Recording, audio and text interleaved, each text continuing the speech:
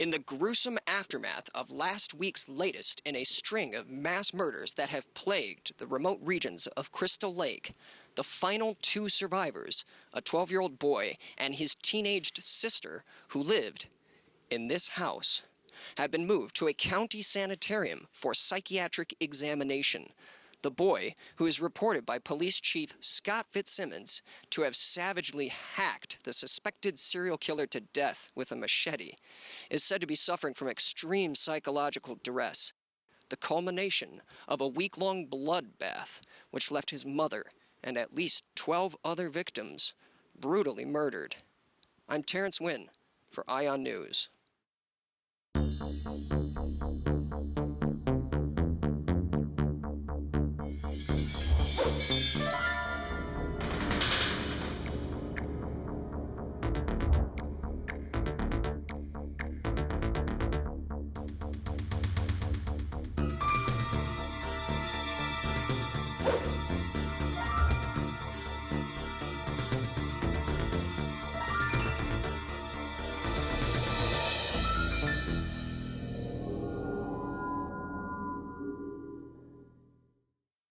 Chapter 4 of my book is called The Final Chapter. It's not.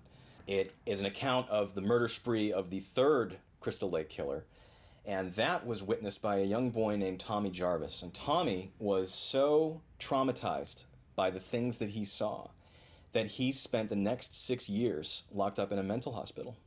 They actually thought about trying Tommy for manslaughter. But they knew they'd never get a conviction. This was a 12-year-old boy who took out a man who slaughtered dozens, including Tommy's own mother.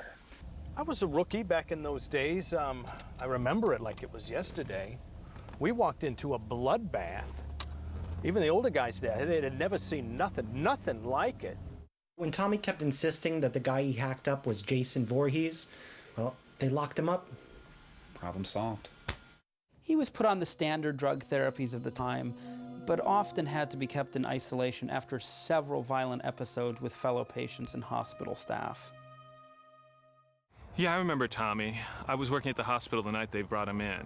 He was a real freaked out kid, and he's real pale, and his head had been shaved, and you could tell by the way he looked at you with those black eyes that he had seen some really serious shit.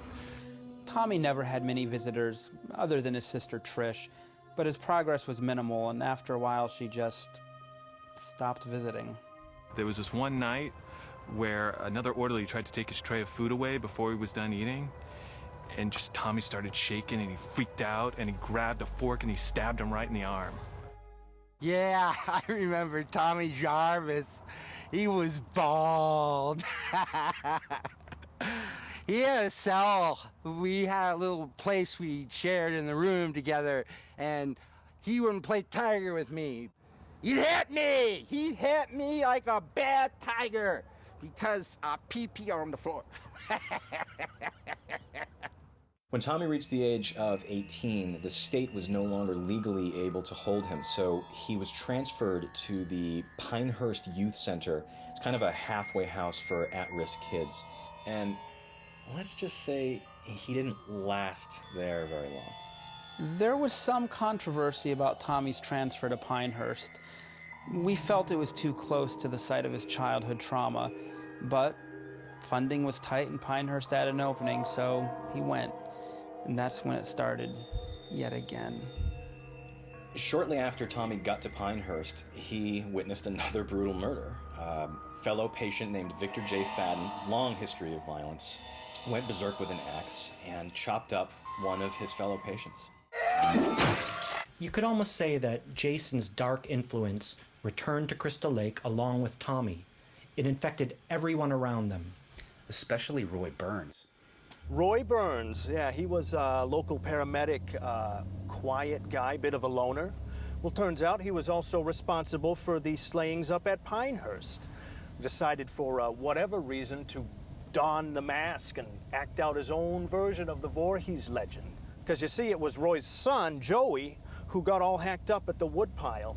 This violent incident triggered a relapse in Tommy, and he quickly began to lose his grip on reality. And that's when the murders started again. Another killer using the familiar Voorhees MO.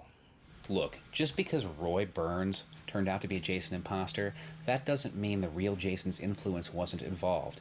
After all, everybody knows the etymology of the name Jason comes from the Hebrew for healer,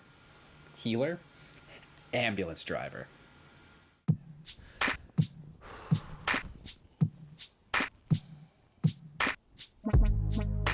I got the 411 on this whole situation. My little cousin, Reggie, well, we used to call him Reggie the Reckless. Reggie lived up in that nut house with my granddad. After that Tommy moved in, some ambulance driver just came in and just started chopping he had knives and shit, and I thought they came to help. Well, I thought that's what the ambulance did. That's what the ambulance do. Dude even killed Reggie's brother, man. Demon. He killed him in the shit box, man. You don't die in the shit box. I was just a kid when it happened, 12, 13 years old. I don't know who was more obsessed with Jason Voorhees, Roy Burns, Tommy Jarvis. Doesn't matter. My sister Vi is still dead. We were as close as two sisters could be, me and Violet. Even got our first piercings together. She taught me my favorite dance. And I dedicate my art to her, what I do. This one's for you, Vi.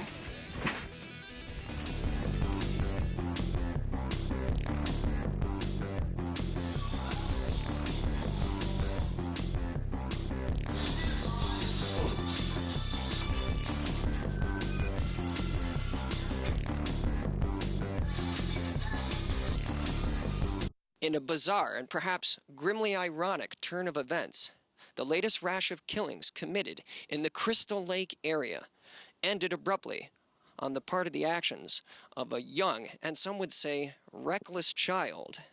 Reggie took his imposter ass down, man. He did take him down, though. Talking, man.